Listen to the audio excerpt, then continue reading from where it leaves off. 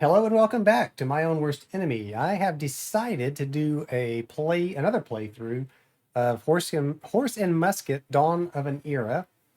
It's going to be on the tabletop, as you can see, not Tabletop Simulator.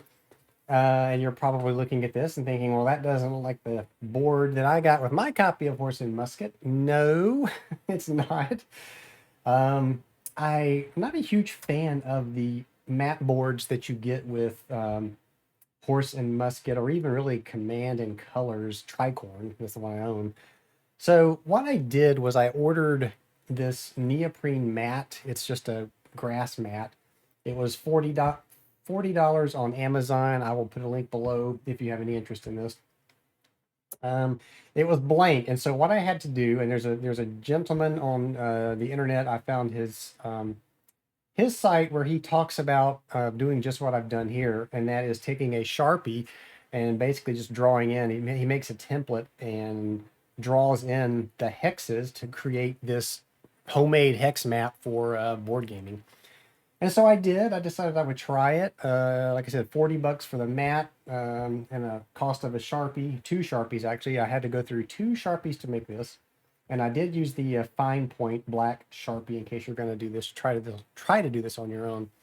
I will warn you though that you are using a Sharpie. It's a permanent marker. But that said, down here, and you can see I have the lines drawn in for when I play Command and Colors. You have the center, the left flank, and the right flank. And so I wanted to draw those lines on this map. But when I was doing that, I actually started drawing the line for the right flank in this hex. So I had already drawn the entire line. And so if you're making if you're making one of these mats for yourself, you can actually correct certain mistakes. And I don't know if you can see it or not here. There's still a line here that I did not correct yet. Just kind of the wrong angle that I started to draw at. But if you do make a mistake like that, and like I said, I had a black line going down through this hex. You can take alcohol, or in this day and age, and this is what I did. I had some hand sanitizer. Oops, some hand sanitizer. It wasn't the good stuff. It was kind of some of the suspect hand sanitizer. So I didn't feel bad about using it for this purpose because I was not going to use it to protect myself from COVID. But anyway, I put a little bit of that down on top of the black line and put a napkin over it and just kind of blotted up the Sharpie, the permanent marker, and it took it right off. Did a good job. So it probably took me a couple of hours with the template to draw in these hexes, but I think it was well worth it. I think it turned out really good. I mean, it actually looks better, I think, than I thought it was going to. And my advice is, if you're making one of these and you start off doing it and it just looks like it's not going to look good, or it looks like it's coming out terrible, keep going, because I had the same thought. I was in the corner starting over here, and I thought there's no way that this is going to look decent at all. It's going to look horrible. But actually, I'm really happy with the way this turned out, and I think it looks good. And I'm going to use this for, like I said, Command and Colors, Horse and Musket, and whatever other games that are like this that use this type of board. So, and I was just lucky that Horse and Musket, the components match the same size as Command and Colors. But yeah, I'm really happy about this. So the only difference here for Horse and Musket is there's an extra row, two rows of hexes that aren't on the regular board for Horse and Musket. So they are there for Command and Colors, but it actually is kind of nice to have the extra space up here now for this game. And so I decided to set up another small scenario to play through. I eventually want to play a larger scenario, but I wanted to do one more smaller scenario to get a feel for the play and the rules again. I'm not going to use any of the optional rules. It's going to be a quick playthrough. And this is the La Prairie scenario. And this is, let me check here. Got my rule book and scenario book over here. August the 11th, 1691. So this is, let's get the book over here. So this battle says this is the New York militia, America versus Bourbon, France. Well, in 1691, there was no America. This is really the British, the colonists. So they marched up into Canada, the Quebec area, and they actually, there was a raid, and they came from Albany. That's why it says New York. But they came up to raid this town, La Prairie, And so where the scenario starts off is it's not clear to me if they've actually already raided the town or they're still trying to raid the town. But that's what they're trying to do. The victory conditions are the New York militia must get 3 victory points, and I will track the victory points on the turn track over here. I'm going to track the command action points with these D10s so that I can keep track of that. So they've got to get, these colonists have to get 3 victory points, and they have to get 2 units back off the map over here. This is location, where did it go? M9 it says. So I've marked it with a blue color disc here so that I'll know that's where they've got to get to. Should I choose that route? That's one victory condition, is to try to get a militia unit, at least 1 militia unit and 1 other unit off the map, plus 3 victory points. Or the other victory condition is if you have a militia unit in the town in 20 turns or less. So we'll talk about strategy in a minute. What else? I've got the dice tower here. The dice are over here. I think that's it. I think we're pretty much ready to go. I do have the rule book and the charts over here. We'll be using a small battles chart.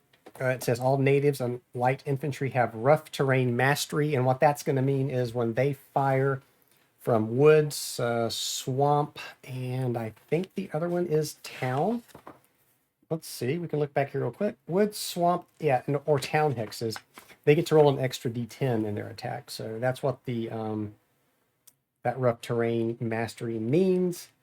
And it also says for turn 1, ambush has been achieved by all New York militia and natives. So we have a few natives here and some militia.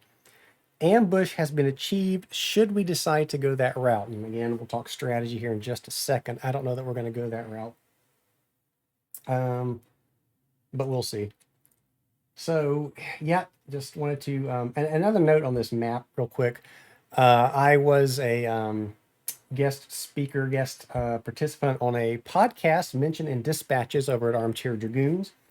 And hopefully, if this video comes out before that podcast does, it won't be long after that the podcast does come out. But go check it out because we actually talk about game modifications and customizing game components and ways to enhance your gameplay, different things people might have done to their board games. And so, you know, this map, me making this map is one of those things. So go to Armchair Dragoons and look for Mentioned in Dispatches. It is a neat little podcast if you've never listened to it. It is definitely, I think, and I'm a little biased, but I definitely think it's a very, very good podcast. And make sure you go through, go over to Apple, iTunes, and just rate it. You know, you don't have to give it a good rating. You don't have to give it a bad rating. Give it any rating you want. But it helps with getting that podcast on the radar. And maybe more people will start listening to it, and we can do more episodes for you. All right, so I think we're about ready to begin. So give me 1 second to get things in order, and we will do just that. Okay, so let's see. Let's get this out. I'll take a quick look. The New York militia, they are player A. They get their command action points start at 3. The French start with 2. They are player B. And then there are some leaders in here. Here in the woods with a militia unit. This is for the New York militia. This is Skylar. He's a 2. And then over here in the town, who is in the town? That says that is,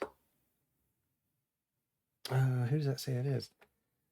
It's an interesting name. It's Sashania, I think is how you pronounce it. Maybe not. I don't know. And Valrenia is over here in the woods, kind of setting the trap here for the New York militia. So let's get started. And the way we do that, if you remember, is player A goes first. So that is going to be the New York militia, and they start with 3 caps. So we will show that by taking our D10 and putting a 3 on there. And then we roll to see how many additional caps we will receive. And the 1 is bad because that means we're only going to get an extra cap. So if you remember from the last playthrough I did, there's this command action point chart. A roll of 1 is 1. 2, 3, 4 is 2, and then 5, 6 would be 3 cap additional. So they will get 1 extra cap, so that'll take them up to 4 cap for this first turn. And so with that in mind, let's talk about strategy for a second here for the New York side. They do start off with the ambush. I don't think... So the ambush, the way that would work is it's kind of a close combat without some of the risk. And the problem with it is, like, if I had this native or this militia unit ambush this line infantry, I believe, if I understand the rules correctly, when they do the ambush, they would have to move forward into this. Oops. They would have to move forward into this hex if they were to push back this line infantry. And I'm not so sure I want any of my forces moving forward just yet. So there is that to consider. And I'm going to grab the rule book here to review ambush with you in a little more detail than that. And basically it says irregulars, light infantry, skirmishers, native, hussars, and Highlander units that are in the woods, hill, or swamp. So they have to be in woods, hill, or swamp to ambush. May attempt. And so to attempt it, you roll a d6. A result of 1 or 2, you succeed. Well, they're telling us in this scenario that they've already basically rolled that d6 and they have succeeded. Then you would roll as if you initiated close combat. On a roll of 3 or higher, the attempt would fail. If a 6 is rolled, then the ambushing unit would lose 1 morale point. So not as dramatic as a close combat, not as dangerous, I should say. I don't think I want to take advantage of that, though. So I think, like I said, there's 2 ways to win this as the New Yorkers. That one is to get a militia unit into this town. The other is to get a militia unit and 1 other unit off the board over here. And I think this is what I'm going to try to do. But I'm not 100% certain yet. And the reason I say that is because there are some things we can do here. Now, we got to get those 3 victory points. And the way you do that is going to be to get rid of units. So I think what I want to do is just have these units fire an opening volley and see how that goes. I mean, you know, if we're successful and we do good and we eliminate some of these units, then yeah, maybe the thing to do might be to push forward and try to get a militia unit into this town. If things don't go so good, then that's when we can look at pulling back and trying to make a run for the exit point over here in the corner of the map. So I think what I'm going to do, like I said, is I think I'm going to have the ones that are in range just fire a volley at whoever they can fire it. I'm not going to take advantage of that ambush. I think it's a little too risky right now. And then plus, some of these units can still ambush, like natives have that ability. And I'm not sure if militia is one of those, if they can ambush or not. I think no, they can't. So it's just a turn 1 thing for them. But native units can ambush at any time if a unit moves adjacent to them and they are in a wood, swamp, or what was the other hex? A town hex, I think it was. So I am going to spend a cap. So that's going to take us down to 3. And I'm going to have this native unit fire combat on this line infantry. So I'm going to use a red marker to show that he has fired. And this will also be how I can kind of keep track of cap as we spend it. So native units, as I recall, are not that great at fire combat. They're good at close combat. So if we look at the small battles chart, that native unit, they do have a movement rating of 2. And to hit at range 9, they've got to roll hit at range 9. To hit at range 1, they've got to roll a 9. If they were close combating, it would be a 6 through 9. So you can see they're much better at close combat. Of course, the risk is a lot greater if they're doing that. So I'm going to have this native unit will fire on this line infantry. So it normally would be 3d10, but in this case, they do have that rough terrain bonus. It was actually called rough terrain mastery. So they get to roll an extra d10. So they'll roll 4d10, and they're going to have to get a 9 to hit. So let's see what they do. And remember that a 0 is just that. It is a 0. So, nope. That is a miss on all counts. So, I'm going to spend another cap. This will take us down to 2. And I'm going to have this militia unit do the same thing. It's going to fire on the line infantry. He does not get that rough terrain mastery. He's a light infantry would, but not militia. So he will only get to roll 3, and he needs to get. Let's see, what did I say? Militia needs to get an 8 or a 9. So he fires, and there's a 9. So that's 1 hit. He actually inflicts a hit on this line infantry. So that's going to take him down to, these line infantry units started at 3 morale points. So that's going to take him down to 2. I'll need a different counter to show that. So we'll switch the counters out. So now he's down to 2 morale points. So that was good. And I'm going to spend another cap. And I'm going to have, I got my little cubes back here. I'm going to have him fire at that same line infantry. So let's do it again. Again, 8 or 9 is what we're looking for. So he fires. And he gets an 8. So there's another hit on that line infantry. So that's going to take him down to a 1. Not a bad volley there. Been nicer if we had taken this line infantry out, but we didn't. And then I'm going to have this native unit. Now this is light infantry over here. I'm going to have this native unit fire on that light infantry. So again, the native gets to roll an extra d10 because it's rough terrain mastery, but he's got to get a 9. And that looks like a 9. Thought it was 2 there, but that's a 6. He gets 1 9. So that's going to reduce this light infantry down to 1. And I should have marked him as fired with the little red cube.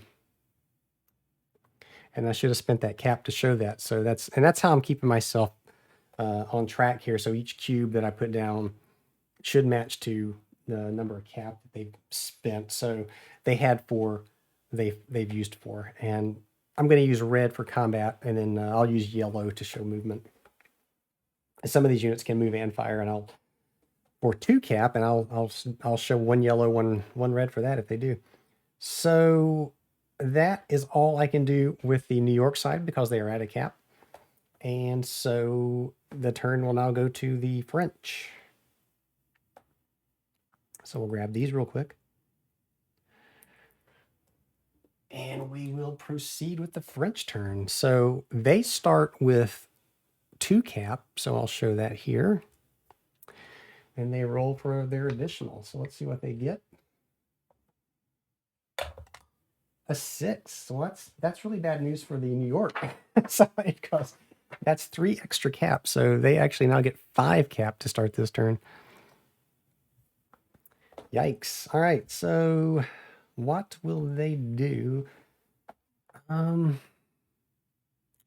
This line infantry probably doesn't want to sit there. So line infantry has a movement rating of 1. And really, I think the only units that can move greater than 1, or that have 1, that can move more than 1 hex per turn is what I'm trying to say, is the light infantry down here and the native units. And the leaders, of course. Leaders can move 4. So, well, first off, you know what I think I do want to do is spend a cap. So I'm going to take us down to 4. So I think one thing we do want to do, we've got artillery sitting here. So I'm going to fire this artillery piece. Now, line of sight in this game is from center of the hex to center of the hex. So from here to here, there is a friendly unit in the way, so that's going to block line of sight. But from this hex to where this militia is, or even this hex to where this native unit is, there's no blocking, no line of sight blocking here or here. So when you have a hex that contains blocking along the spine and one that's non-blocking, it's considered having line of sight. So this artillery piece is going to fire at this militia unit in the woods here. So we've deducted our cap, and the artillery, this is again according to the small battles chart, that's range 2, needs an 8 or a 9 to hit. So it gets to roll 3d10. Let's see what happens. He fires his barrage. Wow, that's that's 2 9s. That is 2 hits. And that's going to mean that they wipe this militia unit completely out because he only has 2 morale points. I'm going to set this aside. Just set it over here. Really, there's no need to track victory points for the French because the victory conditions for the French are just prevent the New York militia from achieving their objective. So I don't really need to count. I don't really need to keep track of... let's just leave that there. Don't really need to keep track of victory points for the French side. So, okay, well, that was brutal. That was not good. Then I think I'm going to spend... I think I'm going to spend another cap. So this will take us down to 3. And I think I want to move... I think I'm going to have to move this line infantry because I want this one to come back.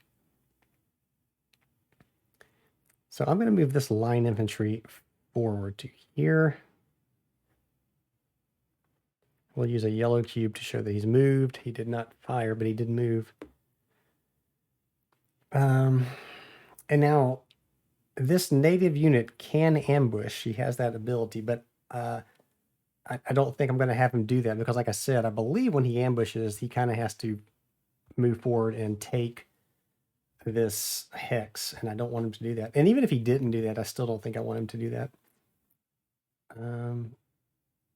And so that's going to be that movement, and I'm going to spend another cap. This will be take us down to 2 to move this line infantry back with that artillery. Because he took 2 hits and is not doing too good right now. And actually, with that said, I'm going to move this leader. And remember, leaders can move 4, and it's at no cost, no command action points to move a leader. So he's just going to move into this hex for now.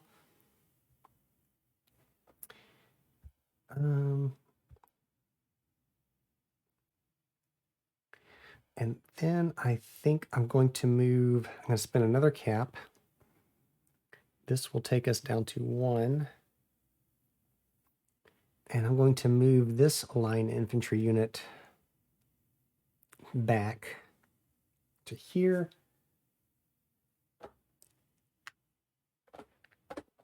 We have 1 cap left. I could store it because we do have a leader. Well, we've got a leader back here. The army commander actually is a rating of 2, which means I could store 2 up to 2 cap if I wanted to. So I could store this 1 that I've got left, or I could move again. And I think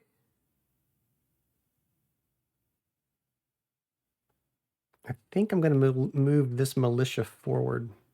I'm going to spin that cap. So this is going to take us down to 0. And then he's going to move here. Again, this native unit could ambush. But like I said, I don't think I want to do that.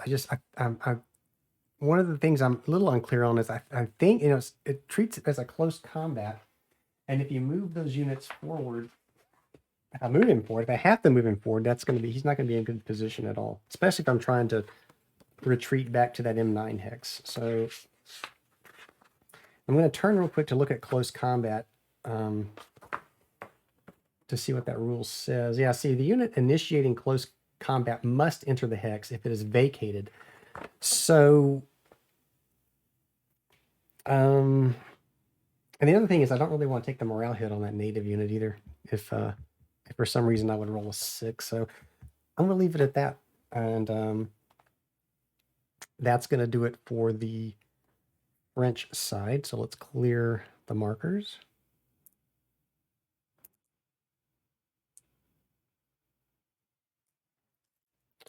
Set those aside. And then sequence of play.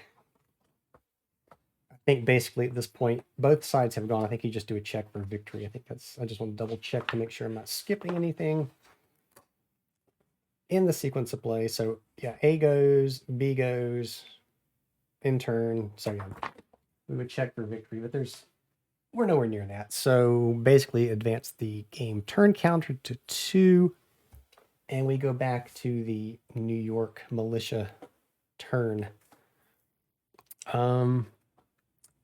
So one thing that the French could do is try to take the initiative here, and that's where they would roll to try to take another turn. And I believe their army commander rating is 2. I think they would get to attempt that twice in a scenario. Let's take a look at that real quick. Seize the initiative. Player may try to seize the initiative for the turn, reversing the turn order for that turn. At the start of the turn, before the initiative player rolls for cap, the other player announces that he's going to try to seize the initiative and spend 1 cap. So, well, you had to have one stored anyway, so that they couldn't do it here. But then both players would roll a d6. They would add their commander's ratings to that, and whoever rolls the highest would have the initiative. And yeah, you get as many attempts as your leader rating is. So, but like I said, they wouldn't get to do it here anyway because they have no command action points to try to do that. So let's go back to the New York side. They have at the beginning of the turn, they get 3 caps, provided their leaders are still intact, because if you lose a leader, that's going to affect how many cap you get at the start of a turn. And then they will roll for additional cap. So let's see what we get here. And they roll a 3, so it's going to get them 2 extra caps. So now they're at 5. And what do we want to do? Let's see.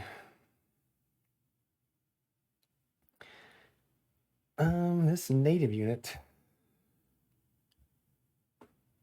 So, and like I said, we need to stop for a second and think about strategy again, because that opening volley, it did go better than I thought it would actually, but was it enough that, do I think that these New Yorkers could push forward and try to get into that town with a militia unit? Honestly, I don't think so. I think in order to have tried that, I would have had to eliminated this line infantry that was here and this line infantry that was down here, or this light infantry that was down here. Then I might have considered it, but I don't think now. I think you'd have to have a really good opening volley to try that. And you would also have to take advantage of those ambushes. So I think what we're going to do here is, I think we're going to start to make a run for the exit point and get back to Albany. That being said, I still need to get 3 victory points. So,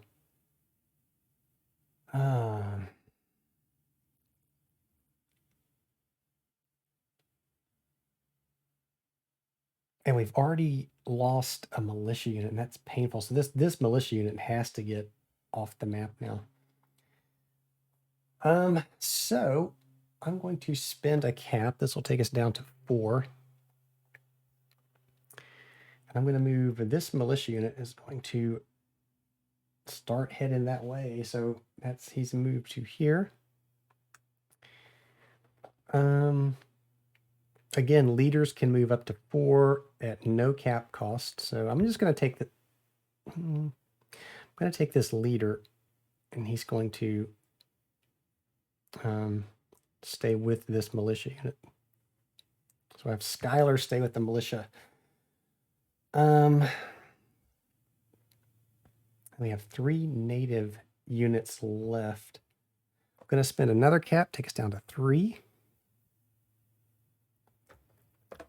And I'm going to move this native unit. Now, native units can move up to 2, so I'm going to go 1, 2. I'm going to move him down here. 1, 2. As you can tell, this is not an easy scenario for the New York side.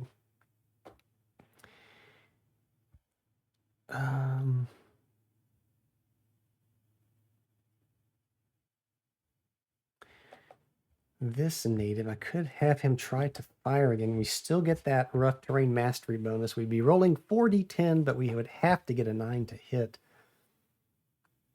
And if I leave him here, he's got these 2 units. They're definitely going to try to, and the artillery too. Yeah, this is not a this is not a good opening at all. The fact that I lost that militia hurts. I'm going to spend another cap. This will take me down to 2. And I'm going to pull this native unit back to here. He's still in the woods, so he would still get his ambush and his rough mastery if these guys advance. And I'm going to spend 1 more. This will take me down to 1. And I'm going to move this native unit again. He can move 2. So I can't have 2 of the same units in 1 hex. That's the stacking rule, but I believe I can move him over here to with Skylar and this militia, because that's 2 different types of units. So I'm going to move this native unit. It's going to go 1, 2. So that's his movement. And I'm going to, well, that's really all I can do anyway. So I'm going to store that cap, and I will show that with this blue D6. So we'll show that I've got 1 cap left coming into that next turn. So this goes back to 0. And we switch over now to the French.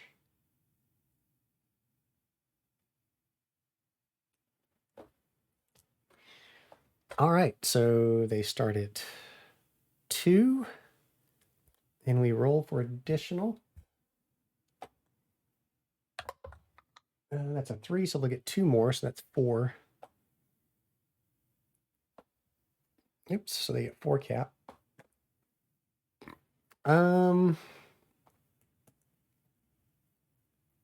So this leader can now rally this line infantry.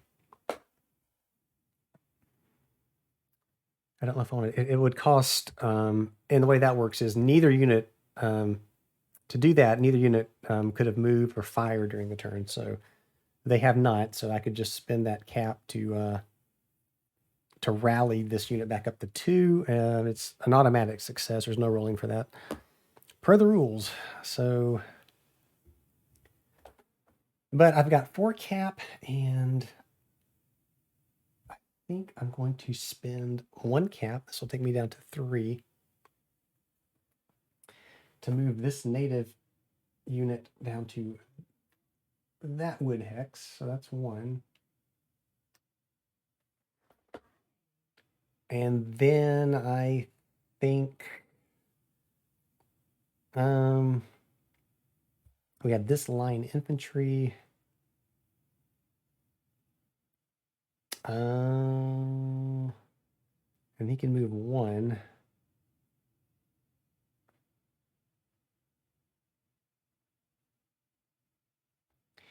So we have this. We got a lot of units here. See, this is why I like the cap system, because you roll for your cap, you get a fixed amount per turn, and you've got to work with what you're given, and it leads to a lot of thinking about strategy and what you want to do. That's why I really do prefer the cap system over, say, something like a Command and Colors, where you pull the cards. Now, don't get me wrong, I do like Command and Colors. I think it's a fantastic game also, but the edge to me goes to Horse and Musket. The cap system really makes you think about strategy and what to do. So I've got all these units, but only 3 cap, and I need to get after these New Yorkers. So militia, I believe, can you move 1. So we could have the militia unit try to come down. The thing is, though, this light infantry, it can move 2. It would be nice to get that back up to strength 2, and then have it start coming after these units. But the problem is, I would have to move the leader here. Next turn, they would have to sit there, and then it wouldn't be till the turn after that that I could move this guy again. And by then, these guys are going to be over here somewhere. So, I think what I'm going to do is spend another cap. This will take me down to 2, and just move him. Because, like I said, this light infantry, light infantry can move 2. So he's going to move. Oops, and I just flipped him, but he can move 1, 2. So he's going to come to here. And let's do a quick aside here too, because when I did the unboxing for this, I was really praising Blue Panther, and I still do. I still like Blue Panther. But one thing I noticed about this time, and I haven't really noticed this before with some of my other Blue Panther games, but I noticed when I was punching the counters this time that some of the edges of the counters were actually coming up and pulling away from the more wooden parts. So whatever they laid over that wooden part, some of the corners seemed to be peeling up, and it wasn't because of the way I punched them out. I'm very careful with that. But I noticed that some were loose this time. And the other thing I noticed too is it seemed a lot easier to scratch some of these counters. So I don't know if they've changed their printing process or just an unlucky punch for me, but I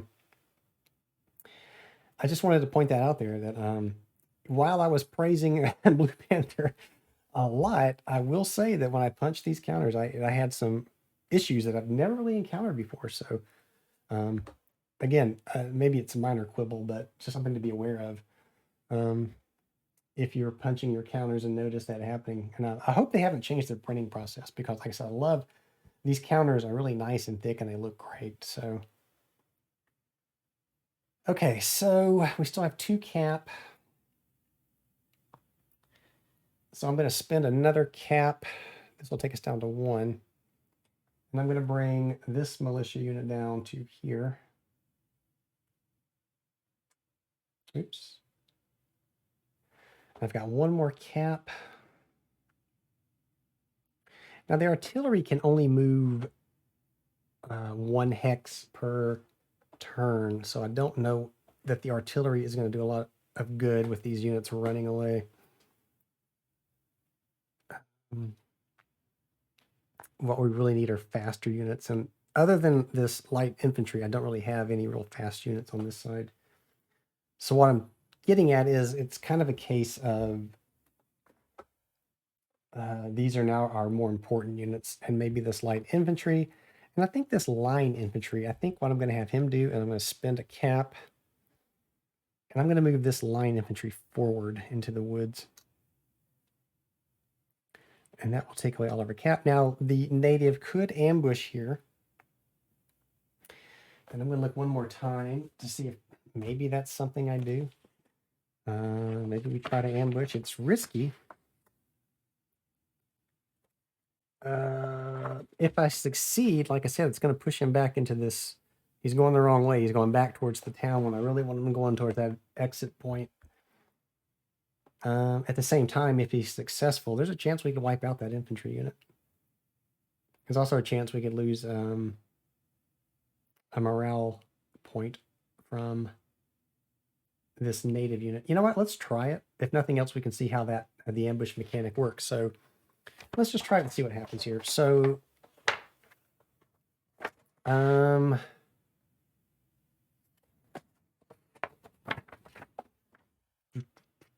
actually, let's see, we had, well,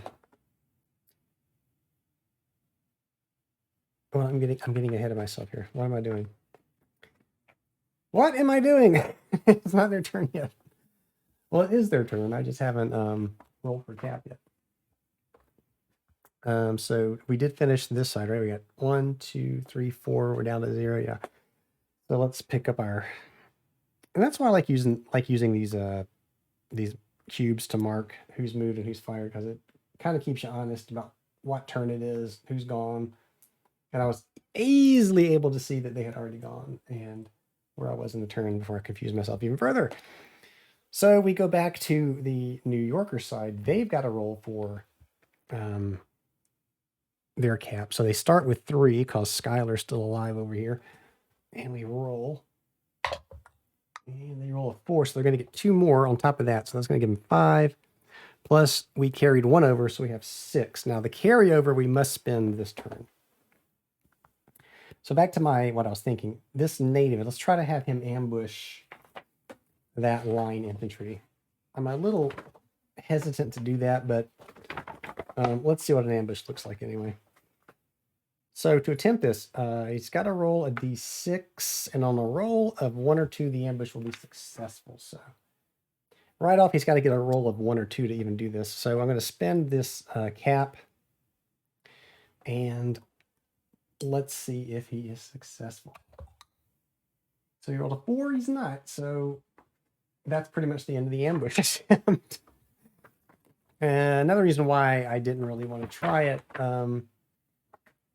because if you fail, there's a good chance you're going to fail. Then you've wasted the unit's turn, basically. So he's gone. But I do want to show you how to play the game, and I think trying that was probably a good thing. So now, again, natives can move 2. If you move into a wood hex, though, it's an automatic stop. But I could have them come down this way. So 1, 2. I'm going to spend a cap. Take us down to 4. 1, 2.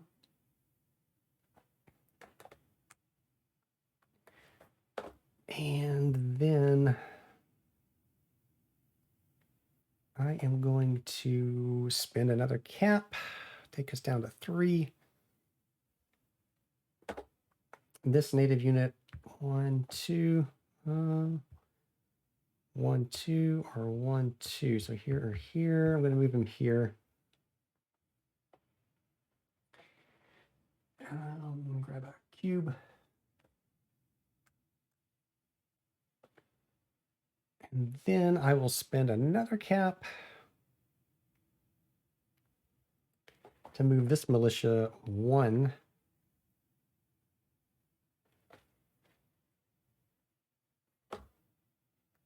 And the leader can move for no cap. It's a free movement up to 4. So I'm just going to move leader. Let's think about this. 1, 2. Can get him as far as the woods. Don't want the leader exposed, though, because if I lose that leader, that's going to cause our cap to go down. And that would not be good. I'm going to move this leader 1, 2. We're just going to move him to here. And remember, there was no charge to do that. So we still have 2 cap left, but no one left to move. So I'm going to bank 1. This will go back to 0. And I will store 1. And that is it for the New York side.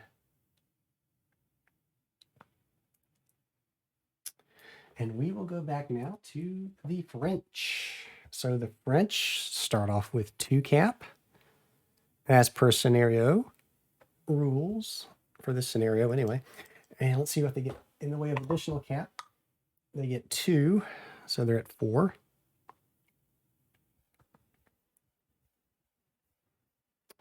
The other neat thing about cap is it's kind of another way to balance a scenario. So you can, reduce the number of potential actions a side could take by starting them off with a lower cap at the start of the scenario. So that's kind of cool. All right, so I believe we have this line infantry and this native unit. So I think, and the artillery is at a range already. So like I said, that's probably all we're going to see from the artillery. But that line infantry can move. It can also close combat. So if it close combats, it's 6 through 9 to hit. And so And if they fire, it's a 7 to 9. So I think I'm just going to have him fire because it's only one more to hit, but none of the risk of close combating and having this native unit return fire. So I'm just going to fire. We're going to spend a cap. Take us down to 3. And they're going to fire on those natives. So we're firing into woods. That's going to be combat into woods is a -1 to whatever we roll. So what did I say they need to get to hit? It's a 7, 8, or 9. So they have to roll basically an 8 or higher now to hit. So let's see. And they roll horribly. So it's a complete miss. All right.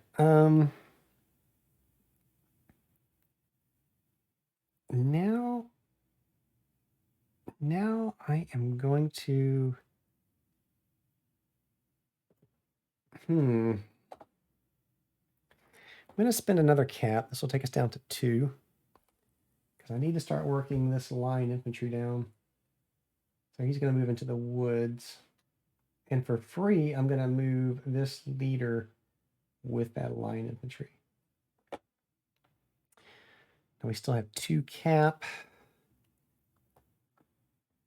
This line infantry, I'm going to move 1, 2. So in moving the line infantry, let's go ahead and spend the cap. So we're down to 1. So the line infantry is going to move 1. And so here I can have the natives attempt an ambush again. You know, and I just realized I really didn't start to mess that last turn up. That native unit should have been able to ambush. It was outside his turn. That's what threw me off, I guess. It wasn't a cap to do that ambush, so I screwed that up, I think. But that's okay. We'll keep going. So, like we're going to do here. So this line light infantry was trying to get to this hex. So he moves to here first. Natives can now ambush if they want to. If they don't, then the line infantry can continue to move. But I'm going to have those natives attempt an ambush here. So again, we go back to the ambush. I think I think it was a 1 or 2. They got to roll a d6 and get a 1 or 2 for this to succeed. That's correct. Like I said, it's a learning game for me too. So this is good. So they roll, they get a 1 or a 2, they get a 3. So their ambush fails. So they don't even get to try. So this line, light infantry can continue moving. They only get to 1 ambush attempt per turn, so the light infantry succeeds in moving there. I've got 1 cap left. I can get this militia down, or I can bring this militia down.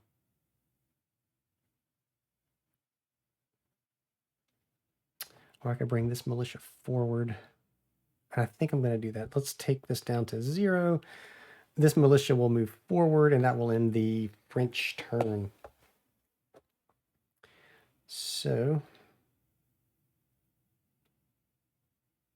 and I didn't put the cube over there, and I should have. So, but there we go. We go back now. Oh, that's actually the end of the turn. So this will advance to turn 3. And we will go back to the New Yorker side. Well, they still have Skylar out there, so they get their 3 cap plus the 1 carryover, and we roll for additional. A 2, so they get 2 more to give them 5, plus the 1 is 6.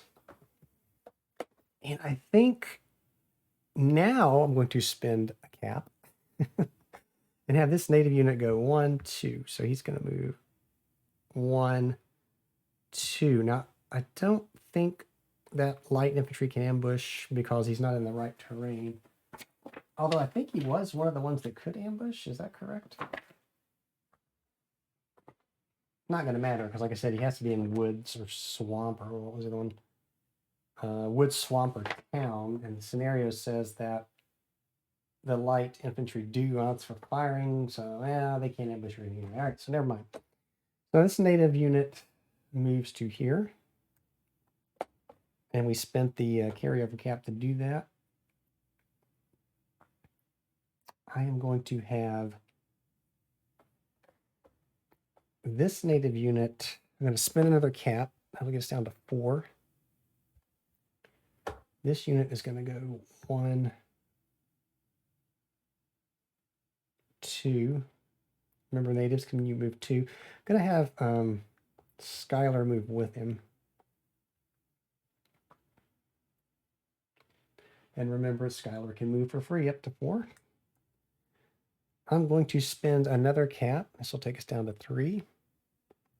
To move this militia forward.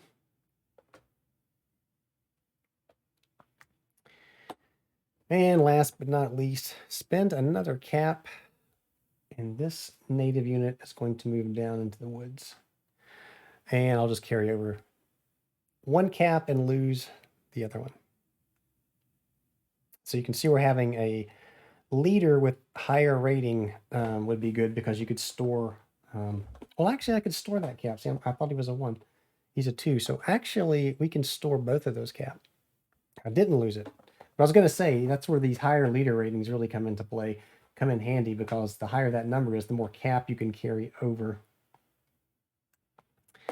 And so that's going to be it for the New Yorkers.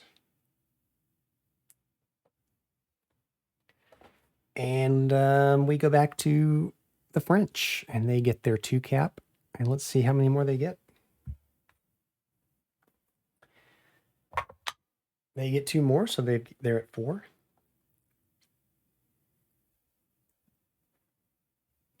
And it's getting interesting.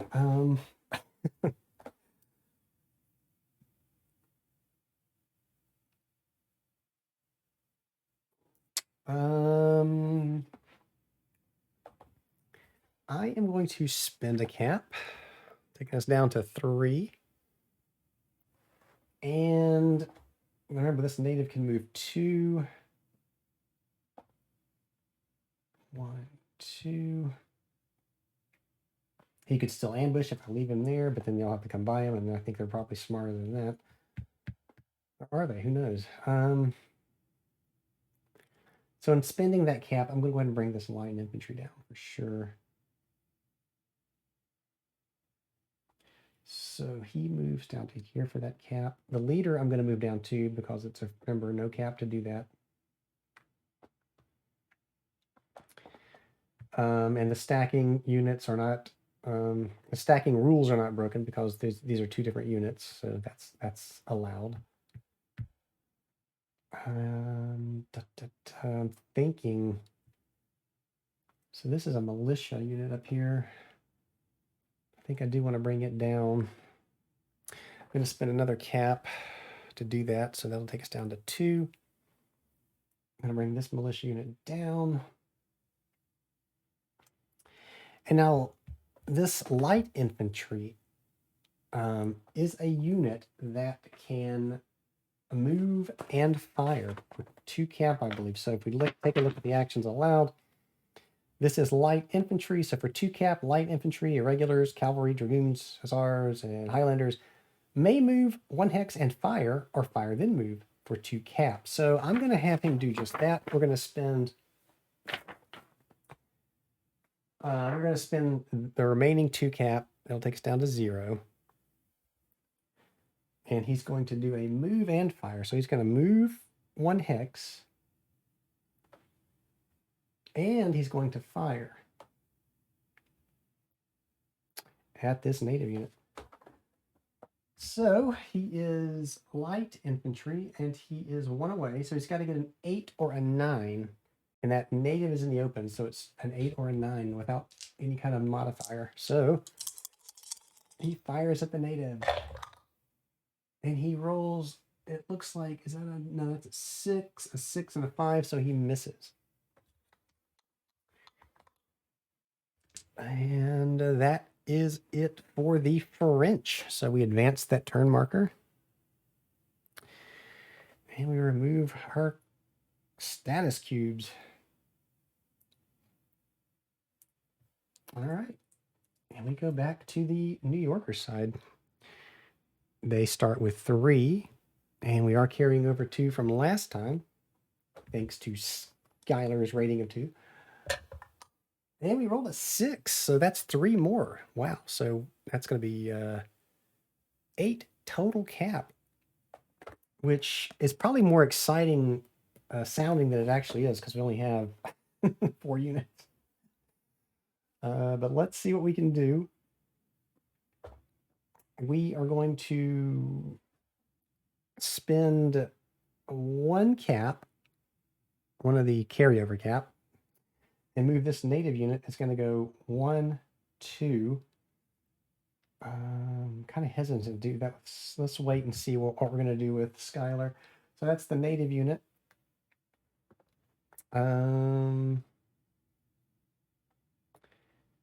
This native unit.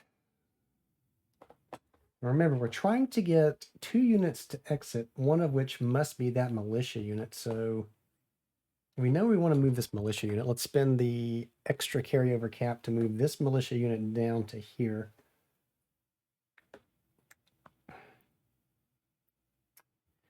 And we have a problem developing here. So this native unit could move 1, 2, and try to protect the militia unit as it moves this way. So let's do that. I'm going to spend another cap. This will take us down to 5. This native unit is going to go 1, 2.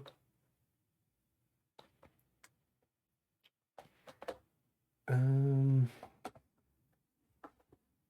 then this native unit.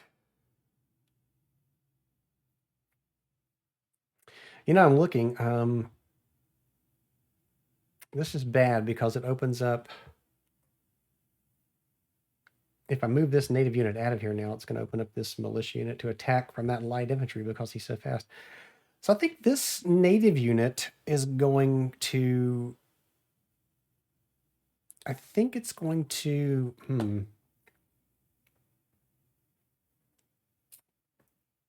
We could try a close combat here, or we could just fire a volley. I think we're just going to fire a volley. So we're going to have this native. We're going to spend a cap. That'll take us down to 4. Because I only need 1 hit to kill it. And he doesn't get his extra D10 because he's not in the woods. But all he needs is a 9 to kill that light infantry thing. He's going to fire a volley. And nope. So he misses. But I think that did buy that militia some time, I hope. And now I need to put Skylar somewhere. I think we're going to move Skylar back to here to be with this militia unit and store 2 cap. All right, so we're storing those 2 cap. This goes back to 0. And now we go back to the French side.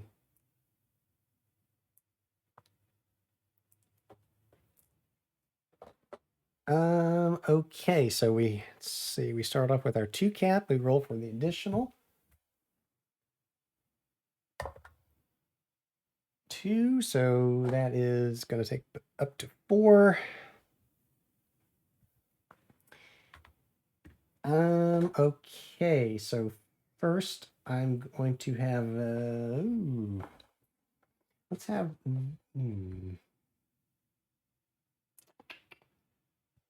this militia unit, what is their close combat? 8 or 9, that's not good. So you might as well just open fire at the natives. So I'm going to spend a cap. This will get us down to 3. And he's going to fire a volley at the natives. So that's just 3d10. And he's got to get, what did I say, 8 or 9? 8 or 9 hits. And that looks like a 9 and a 6 and a 1. So that's 1 hit on the native. So that'll flip him to 1. I'm going to have this light infantry. He's going to fire at Well, wait a minute. He's down to 1, so he's going to be. He won't be able to fire at full power now because he's half morale or less. You subtract a D10 from your roll, so he can only really fire with 2. But he's got to get to hit this native. He would have to get a 8 or 9. I might as well try it. So, or do I try it? Let's hold on a second here. So we really need to try to get in here and stop what's happening. So we got a native and a line, and I don't think either one of those can move and fire. We'll double check. No. Nope. We could move though, so we could try to stop what's going on here. So I'm going to spend a cap, take us down to 2. I'm going to move this line infantry down to here. So that's a move. And I'm going to bring the leader down to here.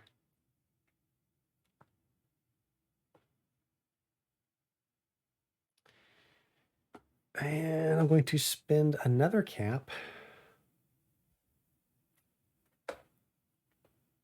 to bring this native unit down to here.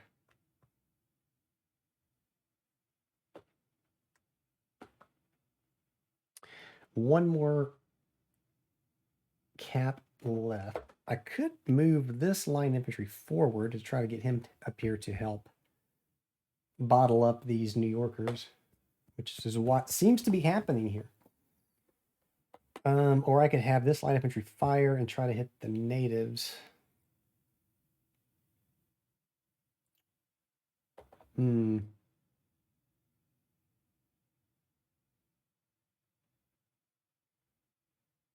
Decisions. I'm just going to spend this cap.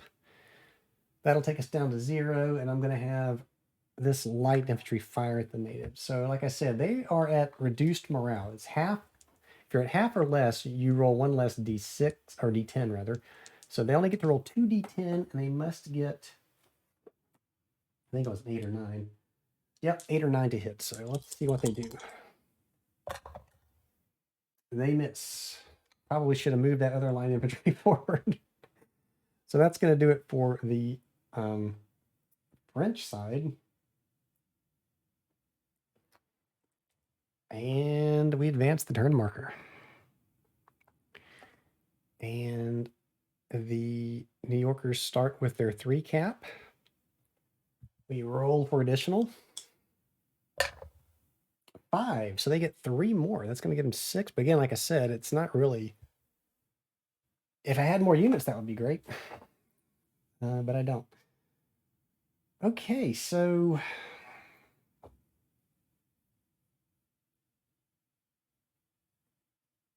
we have this native unit can move 2. I could have him move, whoops, 1, 2. And I think maybe, because like I said, we've got to get 2 units off. The other problem is I'm so concerned about getting units off the board. I have yet to get any victory points for the New Yorkers, and they've got to get 3 in addition to getting 2 units off the board. So, that's going to be tough. I think. And now this native is also at 1, so he's at half morale. So he's at half his effectiveness basically.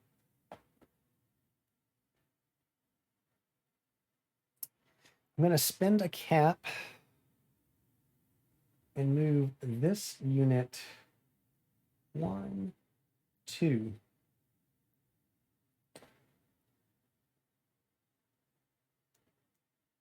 And so this native could not have ambushed because he's not in a wooded hex there. He's in open terrain, so no ambush possible. Now this native unit,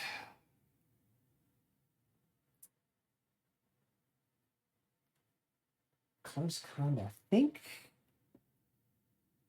Yikes, this is not good.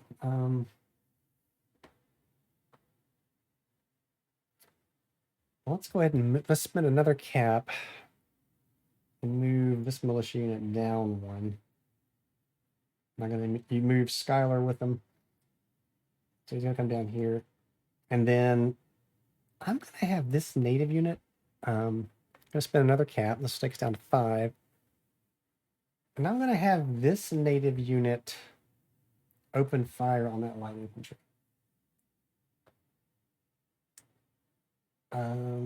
So that's going to be 3 D10 again, and he's looking for a 9.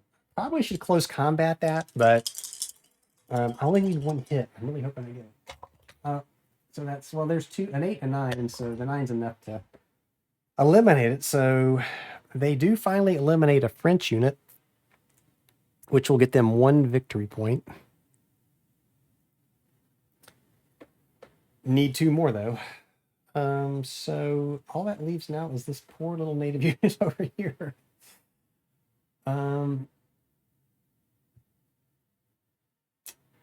Yeah, this is not good. This is looking pretty grim for the New Yorkers. I might get 1 native unit out of here. I don't know, though. He's got to get past that line infantry. So I could...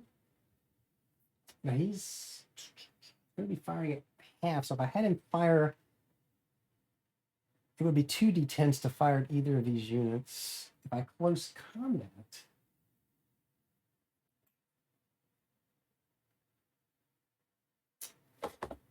Well, you know what? Let's close combat. And so here, I believe he's got to spend 2 cap to do this. We certainly have the cap to do it, so that'll take us down to 3. And we'll have this native unit is going to attempt close combat with the militia. So the militia's got to pass a morale check here. If he passes, he's going to get to have defense fire, but if he fails, not only will he not get to have any defensive fire, he'll have to retreat. So he's to pass a morale test here, he's got to roll a 1 or a 2 because his morale rating is currently at 2. So, and the leader is not close enough to help him. So I don't think I'm not sure if he would anyway or not. I think that one up, but it doesn't matter here. So does he pass his morale test? Let's see. 1 or 2 is what he's got to. He does. He rolls a 1, so that's horrible news for those natives. So he gets to fire defensive fire. And militia at range 1, 8 or 9 to hit. So they fire defensively at these oncoming natives charging them. And they've got to get, I think I said 8 or 9. Militia 8 or 9. Yeah, so an 8 or 9, and they wipe those natives out. So they're charging, being charged, they fire, and they do roll an 8.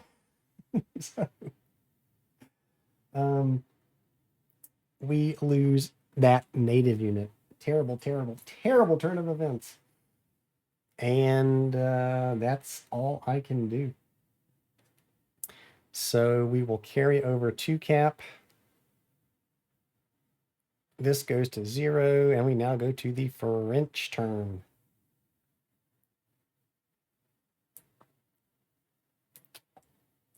All right. So the French, again, they're 2. And we see what additional cap they get. They get 2 more, so they're at 4 again. Seems to be a theme, this scenario. Well, this is an easy first move to make. So I'm going to spend a cap and have this line infantry. Am I going to have this line infantry? You could close combat here. That might be the thing to do. Oh, you saw close combat can be a very risky thing to do. Really got to make sure that's what you want to do. So line infantry rolls a 6 through a 9, or has to get a 6 through 9 to hit. 7 to 9 at range 1, so it's not. That native would have to get a 1 or 2 to pass his morale test. You know what? I think we're going to have the line infantry charge this native. We're getting another close combat attempt here. So the native's got to pass a morale test here. And so he rolls. Got to get a 1 or 2 to pass morale. And that, what is that? I can't see. It's a 2. He does pass his morale check. Uh-oh. Like I said, close combat can be deadly. So same thing. He gets to roll his defensive fire. And he will not retreat. Although in this case, he probably would want to retreat it anyway towards that exit point. So natives are at, they got to get a 9 to hit. So their defensive fire, they get 3d10. They fire defensively. And they miss. And so the line infantry still gets to fire. So they need to get, I think I said 6 to 9. Line infantry is 6 to 9 close combat. So 6 are higher to hit the natives. And they miss completely. That's bad news. So that failed. And so it was a close combat. It should have actually been an extra cap. It's 2 cap to do close combat. So they are down to 2. So that I'm going to mark them with 2 reds to show they attempted close combat. And okay, so we still have 2 cap to play with. I'm going to spend 1 of those cap. That'll take us down to 1 to move this militia unit down.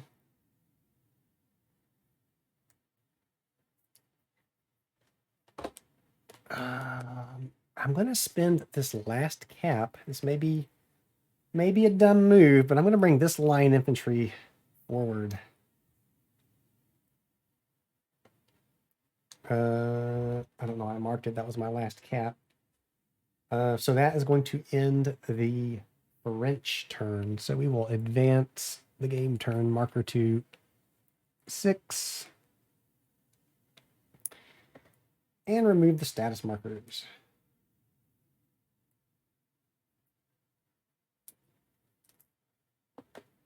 And we go back to the New Yorkers. They start with 3 because Skylar is somehow still alive out there. And we roll to see additional cap is 3.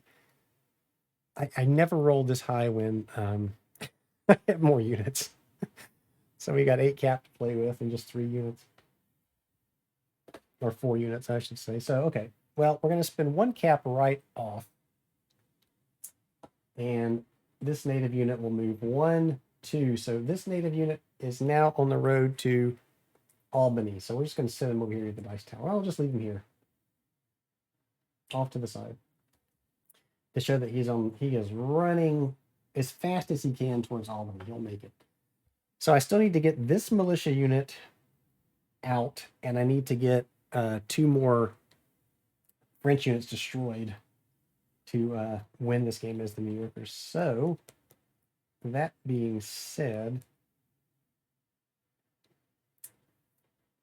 ooh.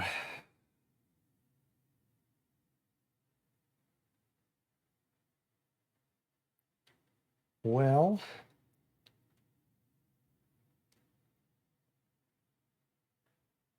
I am so I'm looking because if I get all these guys into 1 hex, I don't think I want to do that though. I'm not even worried about that.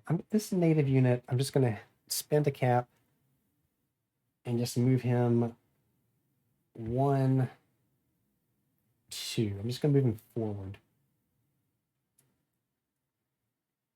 Because we're trying to get this militia unit out of here. And then I'm going to spend another cap, taking us down to 5. And move this militia unit forward.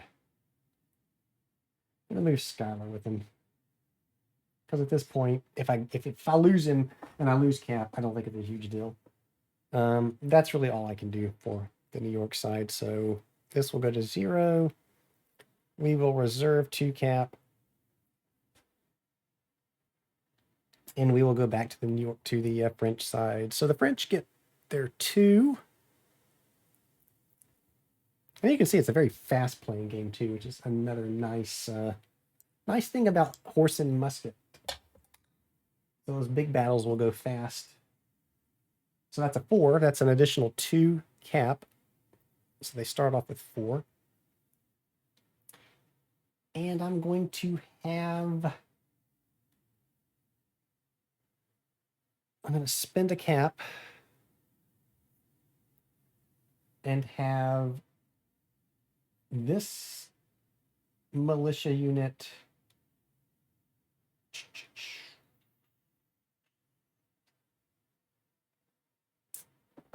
what am I going to do with that militia? I was thinking I was going to have him fire with this militia unit, but I really would like to get this native unit taken care of too. Militia hits on an 8 or 9. Close combat is the same, so there's no reason to close combat here with this militia unit. Just going to have him fire. He's going to fire at this militia unit. Because once that militia unit is gone, the game is over for the New Yorkers.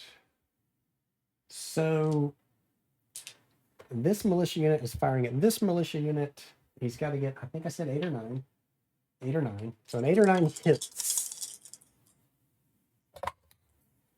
That's a 9. So that's 1 hit on this militia unit.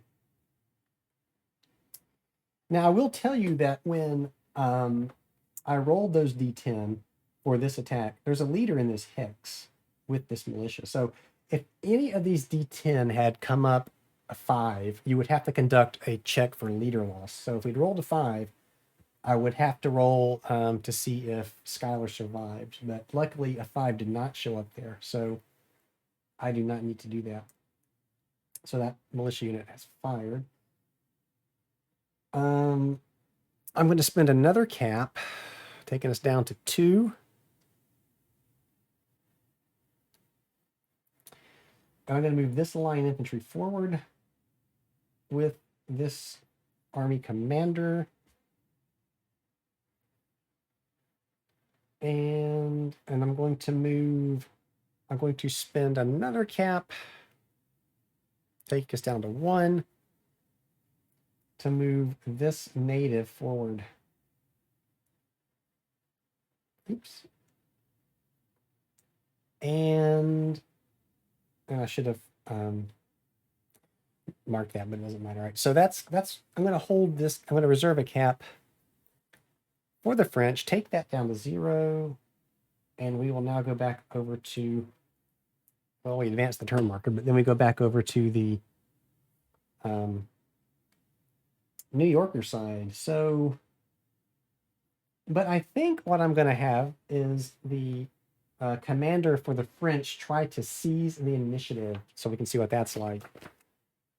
And this will be 1 attempt. He gets 2. So let me find the leader section here. In order to do that, he's going to have to spend the cap that he had saved. So we're going to spend our that saved cap to do this. Both players roll a d6, and we will add the rating of the army commanders. So each army commander has 2. So we just roll 2d6, and I'm going to borrow this black one to roll with the red one. We'll say the black one is for the French, and the red one is for the New Yorkers. Again, we add 2 to whatever's roll. Well, so the French did, in fact, seize the initiative because they rolled a 6 plus 2 is an 8. New Yorkers rolled a 3 plus a 2 is a 5. So this army commander was successful, and he seized the initiative. So how does cap work, though? I guess it's the same. Cap he sees the initiative, so he gets to go first. All it means is we get the 2 cap and roll for more. So let's do that. Right.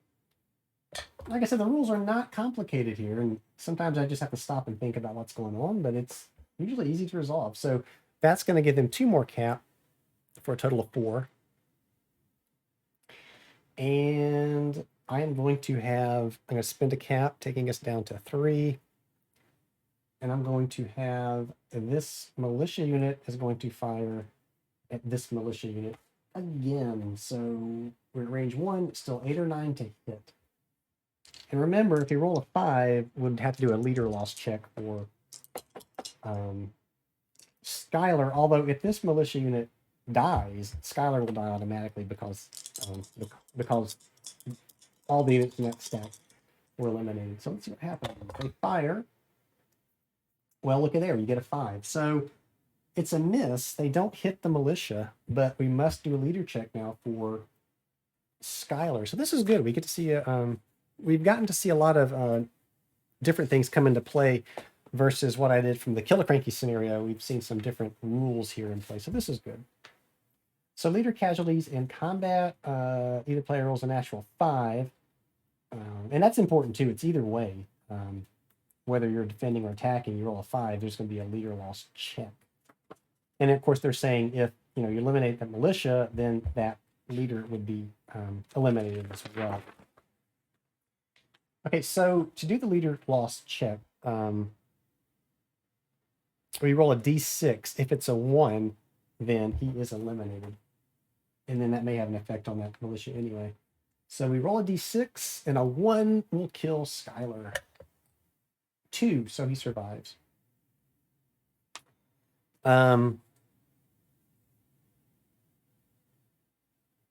So if he had been eliminated, not only would it have affected our cap,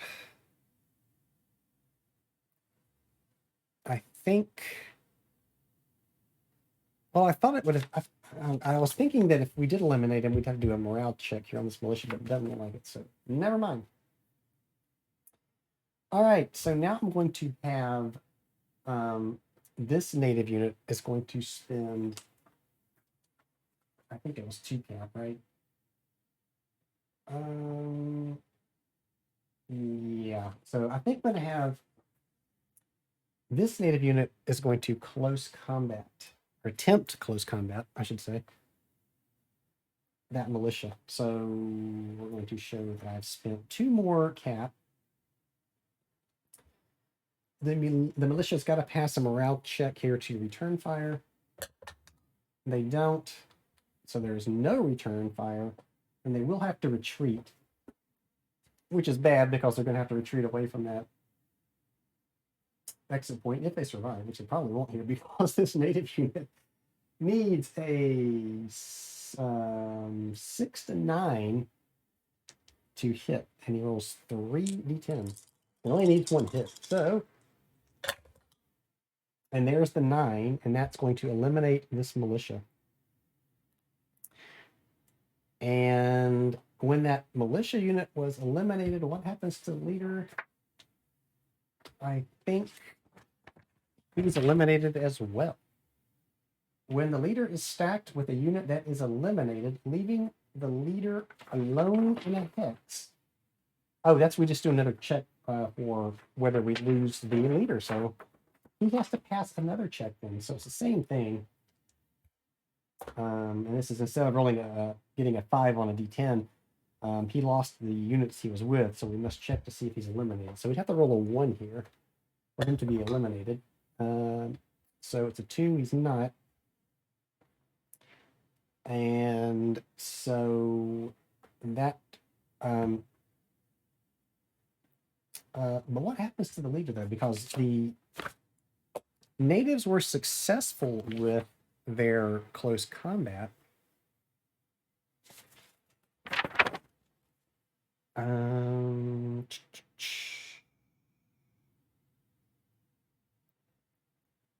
So these natives get to advance. What happens to the leader? Leaders alone. Leaders can be attacked. Well, they're not being attacked. I know I've seen this rule, and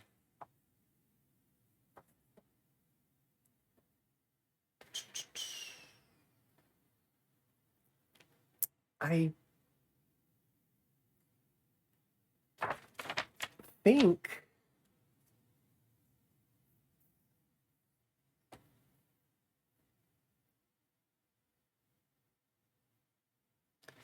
I thought that if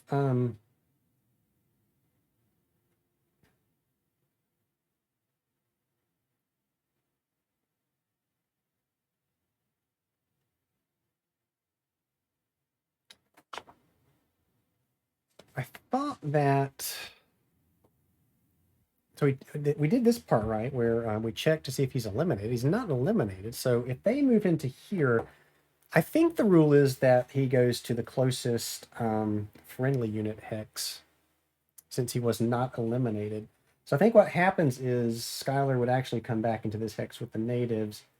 These natives would advance, having spent their 2 cap for close combat and succeeding. I think that's what would have happened.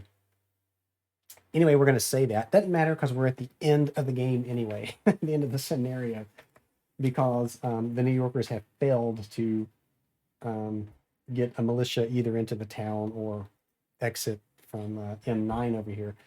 So there you go. That was it. That was not a good run for the New Yorkers. They did have 1 native unit get back to Albany, but they did not get enough victory points, and they did not get a militia unit off the board. All right, so just another run through of a smaller scenario in Horse and Musket without the optional rules. I am headed towards doing one of these with a larger battle with some of the optional rules. I really like this system. I really like this game system. And at some point, I'm going to have to get the add-ons to this. And like I said, I'm really looking forward to the that 4th one that's coming out. And I think I saw it's coming out in March or April.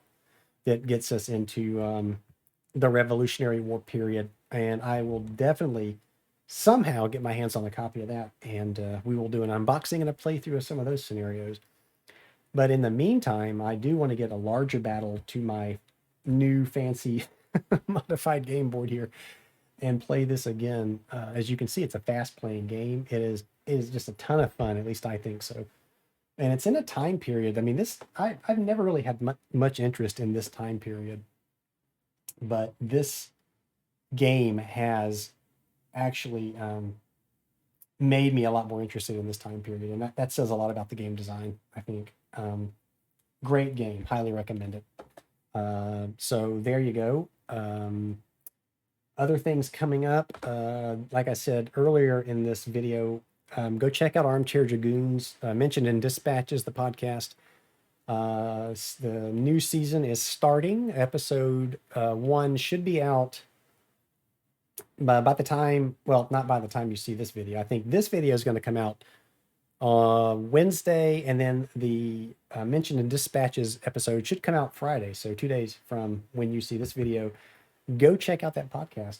Good stuff. It's about game modification. We will talk about things like I did here with this this game board, which I still think looks pretty darn good for what I paid for it. And I'll provide those links below in case you want to try this. As always, thank you for watching, and I hope to see you back here soon.